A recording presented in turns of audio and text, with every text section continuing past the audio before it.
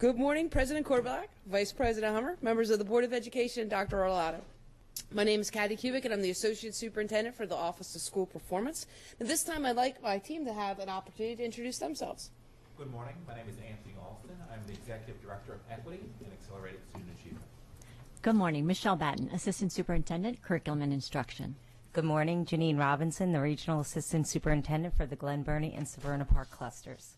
Good morning. Jane Friend, Coordinator of Elementary Reading and Integrated Literacy, Curriculum and Instruction. Good morning. Mary Talar, Assistant Superintendent for Advanced Studies and Programs. This presentation today is about the second grade students in Anne Arundel County Public Schools. Not just some, but all second grade students, and our efforts to have each of them read at or above grade level by the end of second grade. Later, you will hear from Antoine, a rising third grader at Edgewater Elementary School, who began his second grade year reading below grade level. I'm going to begin this story today with some data from our Instructional Data Division. This graph shows all of our elementary schools at the beginning of last year. The red denotes the students in each school who were not meeting their grade level expectation, yellow approaching, green, and blue is exceeding grade level expectation. We started the year with lots of red and yellow. Those colors represent children at each of our schools who could not read at the appropriate grade level in second grade. So our story begins today when we threw down the gauntlet and we asked our principals and our reading teachers and our classroom teachers, can you get all of your second graders to read at or above grade level by the end of second grade? And this is how we ended the year last year and what brings us here today. You'll notice that the red is cut in half, 50% in 1 year. So the story is about what happened. We formed a partnership, all of our offices, and we worked last year with our principals and our reading teachers and our classroom teachers on our intentional focus to get all students reading at or above grade level by the end of second grade. We kept in mind that our students come to us from various homes with different backgrounds and experiences. It's our job to get all of them, yes, all of them, to a common finish line. One very real barrier to our plan that we had to consider, however, was the negative effects that poverty has on student achievement. We knew this would not be an easy gauntlet for principals and their teams to pick up. In fact, this video illustrates one of the biggest variables our schools face, overcoming the barrier of poverty and its effect on student achievement. Take a look.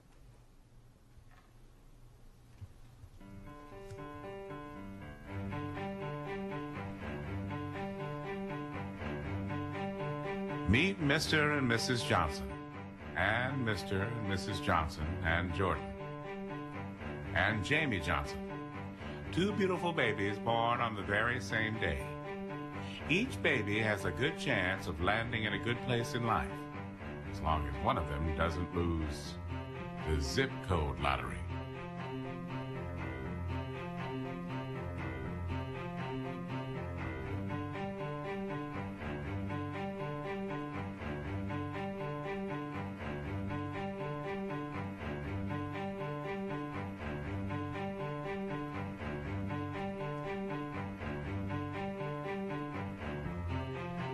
Like 1 million babies each year, Jamie's been born into a low-income family. And since Jamie's mom lacked access to good prenatal care, Jamie's much smaller than Jordan. And since they won't have access to brain-developing activities found in high-quality childcare, low-income children like Jamie will be 2 times more likely to experience developmental delays.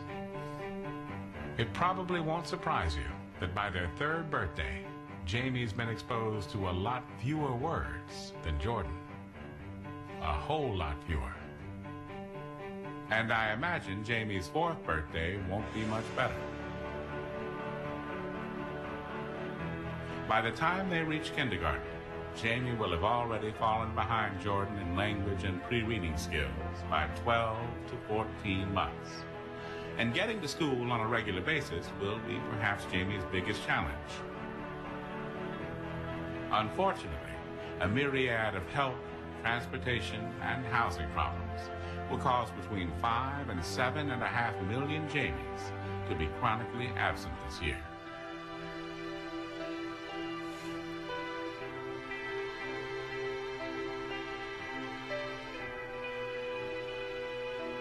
But with summer right around the corner, you'd think Jamie would have plenty of time to catch up with Jordan then. Sadly, summer presents new challenges for Jamie, a mountain of challenges. You see, every summer, Jordan's learning will evolve by a month because of access to libraries, field trips, and camps, while Jamie will lose 2 months of school learning every summer because good habits such as reading haven't been reinforced. By the time they reach 3rd grade, Jamie will be between 2 and 2.5 school years behind Jordan in critical reading skills.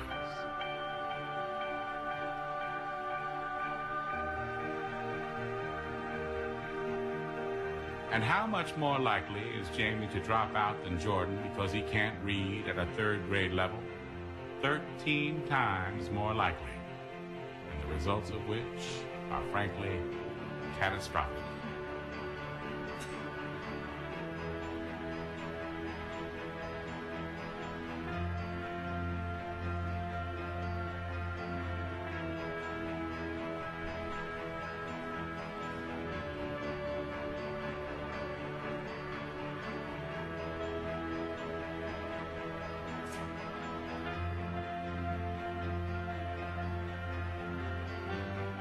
Wait just 1 minute there, folks.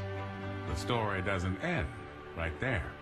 Fortunately for Jamie and Jordan and all of us, there's a whole lot of folks out there that believe neither luck, nor lottery, nor zip codes should dictate Jamie's future.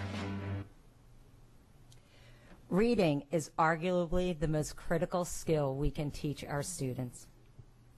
Reading is the gateway to learning, and strong reading skills form the basis for learning in all subject areas. As highlighted in the video, gaps emerge early, and for many of our students, they occur before they ever reach our doorstep. We also know that the older a child gets, the more difficult those gaps are to close. Students who do not meet grade level milestones in reading are at a greater risk of falling behind and eventually dropping out. One of the smartest investments we can make is an investment in a high-quality early literacy program. The long-term effects are simply immeasurable. So what is the effect of poverty in reading in Anne Arundel County Public Schools? Please take a look at this graph. The left axis shows the percentage of students reading at or above grade level. The bottom axis shows the percentage of students in a school receiving free and reduced meal services. Each school will be represented by a blue dot. So to clarify, the first dot represents a school with approximately 0% of its students receiving free and reduced meal services and approximately 80% of its second graders reading at or above grade level. As you can see, the percentage of students receiving free and reduced meals in a school increases, the level of achievement tends to decrease. But keep in mind that behind every data point is a student, and behind every student is a story. So why have an intentional focus on reading? You can look at this slide and see that our schools have many timelines to meet, tasks to complete, goals to beat. But last year, we thought, what if we only focused on one thing at every level? All of the things on the screen were important, but we thought at our monthly principal meetings, our school-based leadership meetings, our data meetings, etc., we would focus on one thing, and we called it an intentional focus. At elementary school, we decided to see what would happen if we really wanted all kids, and I mean all kids, to read at or above grade level. We clarified and emphasized our earlier work using the Fountas Pinnell benchmark assessment system, otherwise known as F&P. With F&P books, they are assigned a level from A through Z, depending on their difficulty level. F&P sets clear expectations for students as they progress through each grade level. For example, kindergarten. Kindergarten students are expected to begin at a level A, then progress increasingly through complex books to a level M by the end of grade 2. We adopted guided reading as our instructional approach to teaching reading in all of our elementary schools in kindergarten through 2nd grade. Teachers use the Fountas Pinnell benchmark assessment to determine students' precise strengths and needs as readers. They use the assessment to drive their instruction in a small group setting.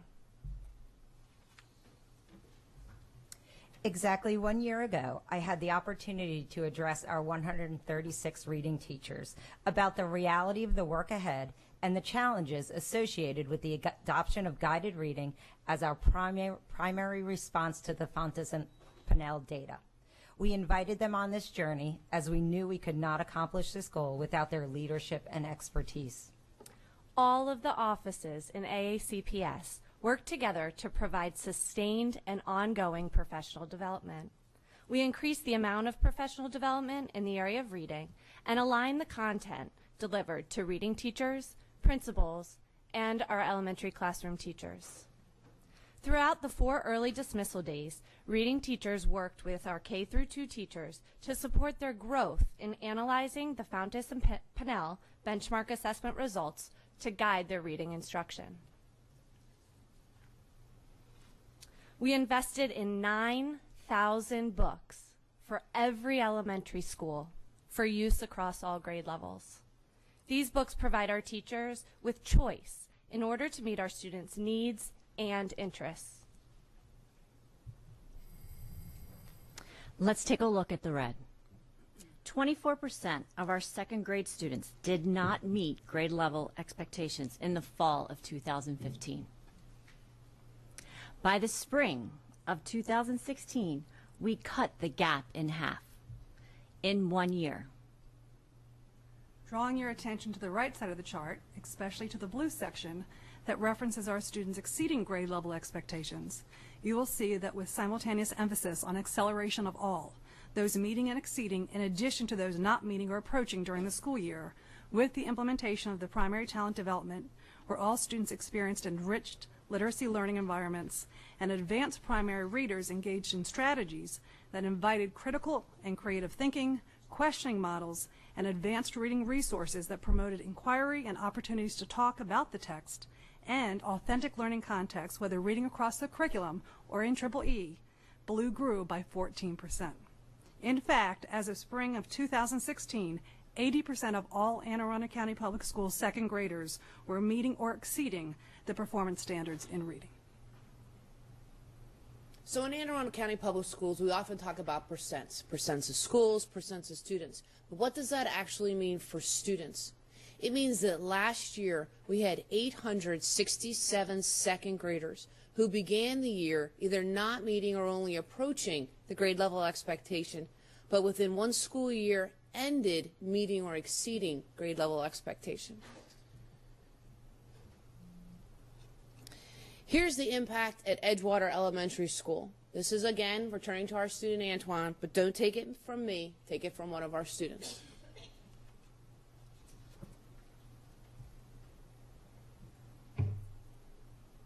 Can you tell us why you're getting celebrated today? Why did you get to ring the bell today? Because I'm at level O. Because you're at level O? You started at a level G, which is at 1st grade level, and you ended at what? O. And do you know what level that is? 3rd grade. That's 3rd grade level. How did you go from a G to an O in only 1 year? How did you do that? I tried my best.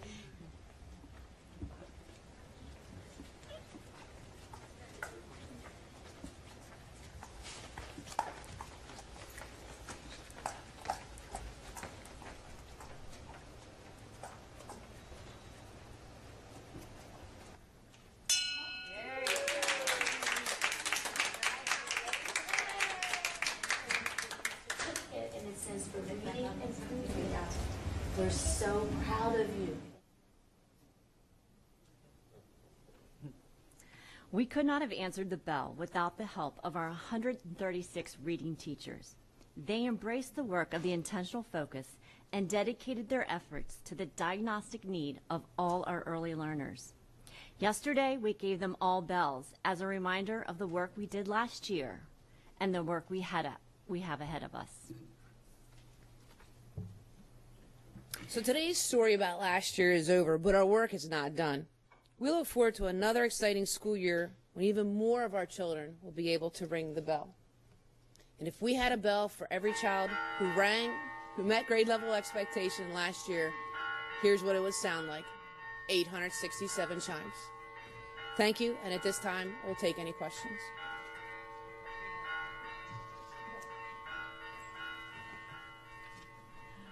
Mr. Grannon.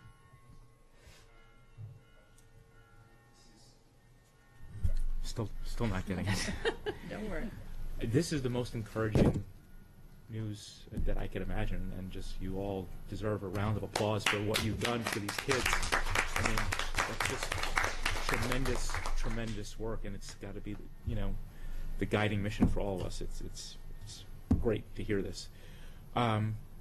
Two questions. First is, this presentation is extremely informative, and I think the kind of thing that would be encouraging for all families to hear. What are we doing to get some distilled form of this out to families? And I don't know whether it would be electronic or hard copy, but something so they could see, are you seeing this difference at home in your kids, so that they themselves could encourage it and reinforce it, and for kids who are not getting books at home, maybe get some more books and understand that their students are really making great gains. I think it's very important for all families to see this, and the fact that you all got it to go not just from 24 to 12 and the ones we're really trying to help, but to go from 55 to 69 in the ones who were exceeding is just so special, and I think all families need to hear about this in some form or another. So I just encourage you all to think about some way to get this out to families, really as quickly as possible. And my second question is, what is kind of the summer follow-up for the increased efforts that you all made during the school year? What did you do to try to make sure that was maintained for the summer?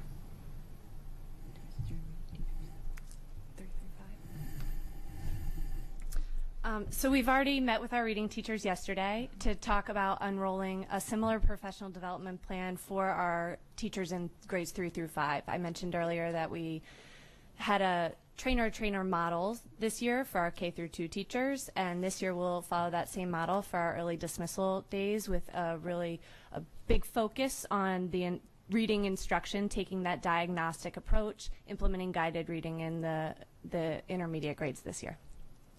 Okay, maybe I should rephrase the question. I mean, for the students to continue with their reading over the summer was like, for example, I know that my little boy had a reading log, and I'll just out myself and say I didn't even know that he was supposed to be doing the reading log until August. So I printed out August and said, well, at least we'll have 1 month to turn in. But I just wonder, what kind of steps did you all take to? So a couple of things were done. So with our partnership with the public library, there's always this summer reading program where students are encouraged to go to the library, check out books, and read. Oftentimes you'll see, as you explained, that your son each school will do reading logs for their children. Also, we have summer school. So at our Title I schools, all of our second graders, and actually all of those students, we offer the opportunity to attend summer school. In addition, we also offer Summer Academy to students who are not in a Title I school. So programming was available for students to continue reading. And as we look at the programming for those students during the summer programming, we modeled guided reading so that the programming was not different from what they are accustomed to on their daily instruction.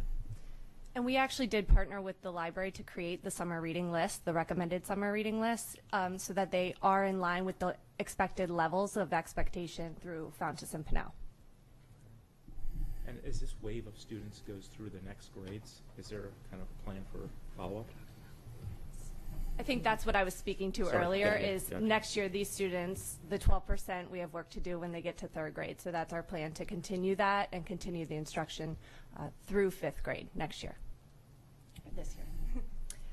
Part of our campaign has also included educating our parents in regards to the Fountas Pinnell leveling system, educating them about what each level means. We've created systemic brochures that we distribute to parents, mainly through parent conferences as well. And these brochures also include strategies that parents can use to assist their student at home, as well as help them select appropriate reading materials for their child. Mrs. Summer. So I know Fountas Pinnell, the big part of it is the guided reading, but it has its own curriculum. How aligned is our curriculum for K-2, 3-5 with Fountas Pinnell curriculum?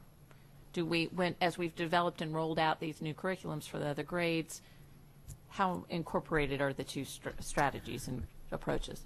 So it's directly aligned. The F&P assessment system is aligned to the leveled reading books so that when teachers are selecting that material, it's directly connected to the instructional reading plan that they've developed for that student that occurs during that guided reading time. Okay, so they're not like two separate programs. Like we're doing the curriculum here and then we're doing Fountas and Pinnell time. We're combining the two together. Yes, correct. And it's a complete balanced literacy program that also includes an interactive read aloud, shared reading, and a writing component as well. So I know we're focused here today. We're looking at the data for second grade. Did we see similar growth in the other grade levels in our Fountas and Pinnell data? Yes. Yes, we did. I'd love to see the full data, you know, for all the classes and see where we're going with that. Second grade, I know, is a kind of a crucial point as we head to third grade. We want them on grade level, but we want them on grade level the whole way across. So I'd love to see that. But great job. Thank you. Mrs. Birch. I just wanted to follow up on something Mr. Alston said. I want to do a shout out for the elementary summer school programs and summer academy programs, because they're not, I mean, when people think of summer school, they think, oh, I failed and now I have to go to summer school. But in our elementary schools, that's not what it is at all. It's for any student who, you know, their parents are a little concerned about them, you know, getting the summer slide, and they, you know, the academies are open for them. And I just think it's a wonderful program that so many of our kids have benefited from, and want to compliment everyone on that too. So, Mrs. Nalley. I'm just curious, many of our students are in after-school care, before and after-school care. Is there any, are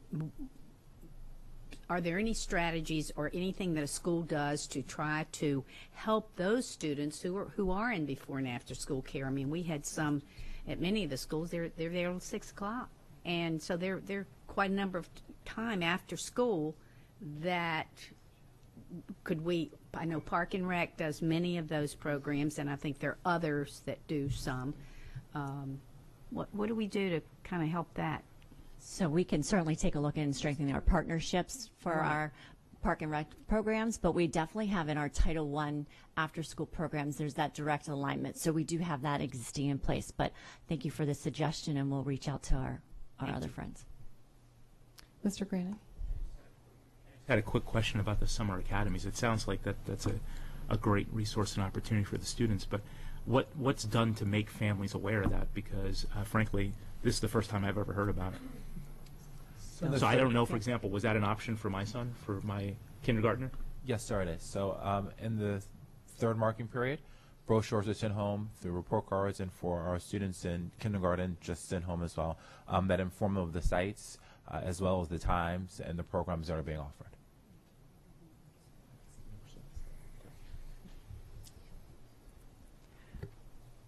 Thank you all. This is great. Terrific news.